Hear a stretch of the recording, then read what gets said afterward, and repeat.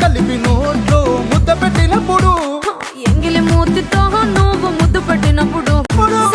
చేసినప్పుడు సొంత ముగుడి సొంత సిగ్గుపడినప్పుడు వచ్చుండాయి ఫీలింగ్స్ వచ్చుండాయి ఫీలింగ్స్ వచ్చి వచ్చి చంపేస్తుండాయి